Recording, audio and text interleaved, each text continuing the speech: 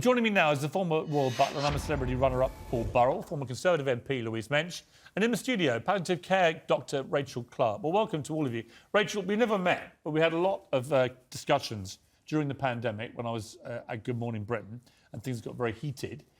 You were a very powerful advocate, I felt, for the health service about what was going on. What is your reaction to Matt Hancock, who was the health secretary over a disastrous handling of this pandemic for so many months at the start, now becoming this highly paid reality TV star? Yeah, I didn't think my opinion of that man could sink any lower, but honestly, Matt Hancock's shamelessness, it knows no bounds. He's not a celebrity, he's a failed health secretary. He was forced out of office in disgrace after having apparently enough free time in the biggest public health crisis facing the world to conduct an extramarital affair, breaking his own lockdown rules in the process. And time and again, he would stand there in front of the cameras lying to all our faces. He would say there were no problems with PPE when I had nurses in my hospital dying of COVID because they didn't get the right PPE. He would say he used the phrase, "I've thrown a protective ring around care homes." Utter lie. Utter lie. Something like 40,000 people died in that first wave in care homes because he oversaw and authorised sending people back without testing. And so now, after all of that serial incompetence and serial lying about his incompetence, for him now to stand up, pocket £400,000, incidentally, that's £2 for every one of the 200,000 people who have died of COVID through this pandemic, for him to pocket that money and actually try to pretend that he's doing this in the public interest, I find breathtaking. He said that he is doing this because it's important for politicians to go where the people are, as though somehow eating a plate of kangaroo anuses in Australia is an act of public service. It's just disgusting. You know, what he should be doing is facing the music for what happened in the pandemic. We found a clip of me challenging him. This is after the government spent 8 months avoiding me and Susanna Reid on Good Morning Britain. They came back after the boycott, and the first guest back was Matt Hancock, and he got quite heated. Let's take a look. It then turned out that care homes, far from having the ring of protection, which you've been boasting about ever since, we actually sent thousands of elderly people out of hospitals back into care homes without testing them for COVID, so a new epidemic was started. Failing health secretary. I say this with respect to you. Look, I say this respectfully. I don't underappreciate how difficult a job this is, but I also know it's what you signed up for.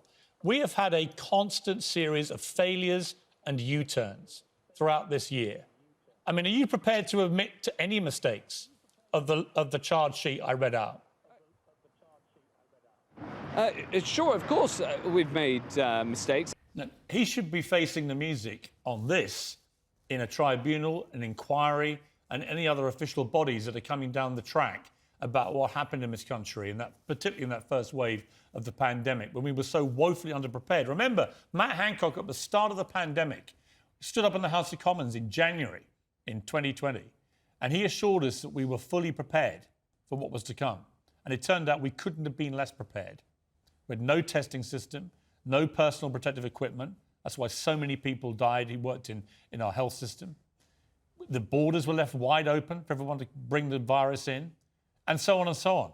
On every single metric in that first 6 months, it was a total disaster. And the idea that he's now going to profit massively from a book about his failures in the pandemic and now become a reality TV star making hundreds of thousands of pounds as a celebrity from his failure and his infamy as someone who had to quit his job or be fired over an illicit affair breaking his own lockdown rules is beyond belief. Now, some people, despite all this, are prepared to defend him. Louise Mensch joins me from New York, often defends the indefensible on this programme, normally finds out belatedly that I'm right all along.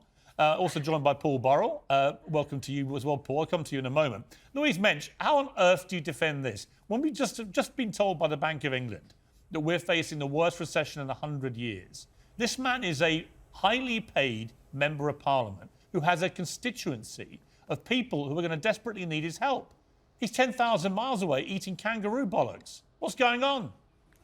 Well, I think maybe he thought that was a more hospitable environment for him than the House of Commons. And by the way, I told you Rishi Sunak would be a disaster, and so it is proving. I don't defend Matt Hancock, what he's doing. He shouldn't be doing it.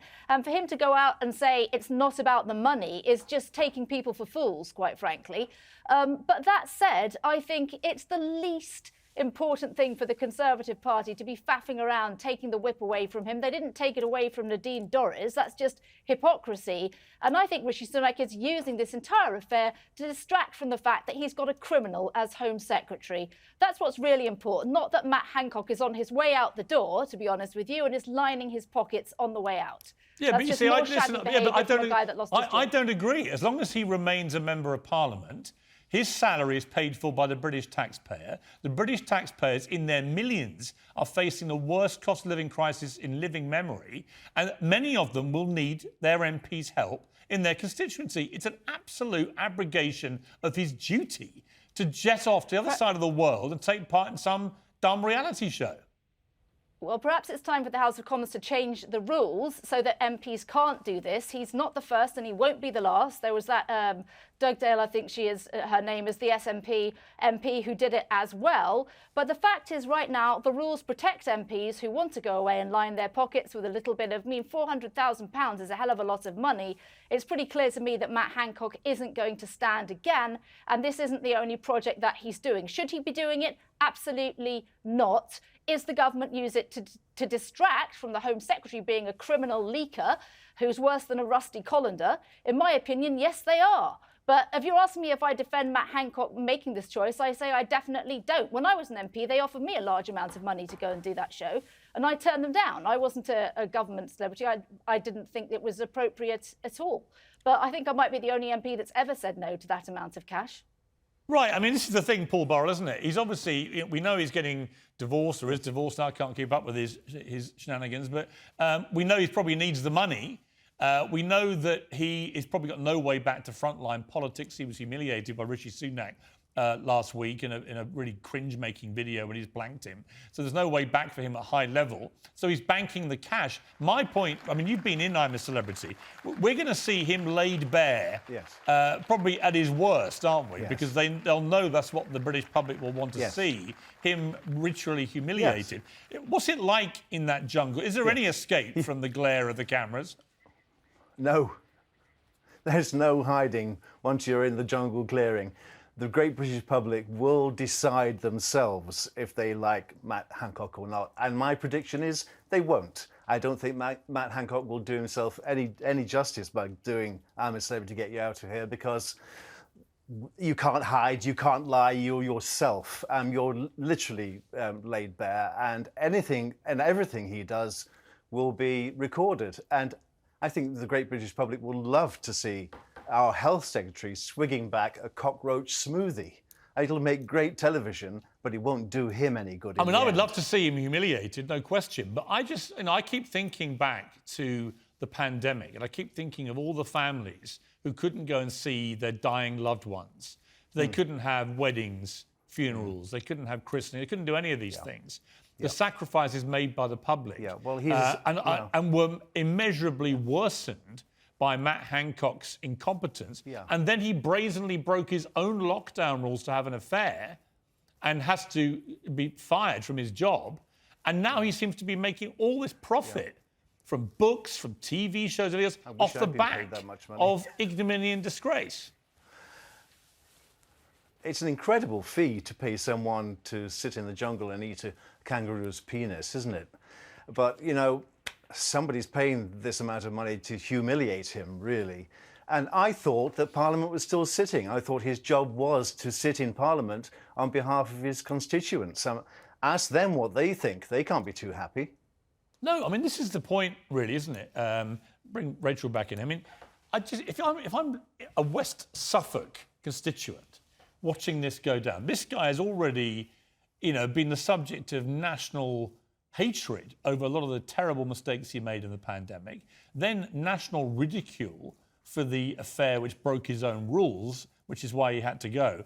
Now they're going to see him be humiliated, doing the most cringe-making things in a jungle in Australia, while they're all suffering financial hardship. There's got to be a tipping point, hasn't there? Just Enough. Yeah, absolutely. I mean, he obviously thinks he's a celebrity. He obviously thinks he's going to win the British public over. The public that I saw in the NHS every day of that pandemic was the absolute best of Britain. People being decent, courageous, frightened, but putting on a brave face, sacrificing over and over again to help each other.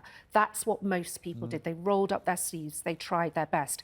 He wasn't so much rolling up his sleeves, as far as I can tell, as groping the bottom of the woman with whom he was having his affair. Pretty sleazy stuff. And now, he's not a celebrity. He's a grubby little man who's making blood money off the notoriety that was rightly heaped on him. I totally agree. And I just think his ego's writing checks that his morals can't cash. Yeah. It's an absolute disgrace. And is it so wrong and is it so old-fashioned to want politicians who have a sense of public service? You rightly say the country's going into crisis. Politicians should be putting their constituents first and foremost. Absolutely. He's bankrolling a nest egg for And his by the way, he's future. being paid £86,000 to serve his constituents, and he'll be away for a month.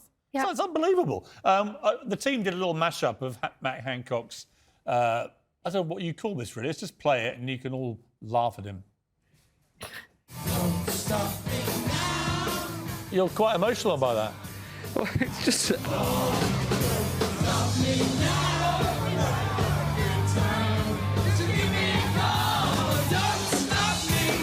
Is this your rally cry to the nation, to have a caramel waffle to get you going? If you like a caramel waffle, have a caramel waffle. Just don't have too many and do a bit of exercise. Get out there and get your vaccine.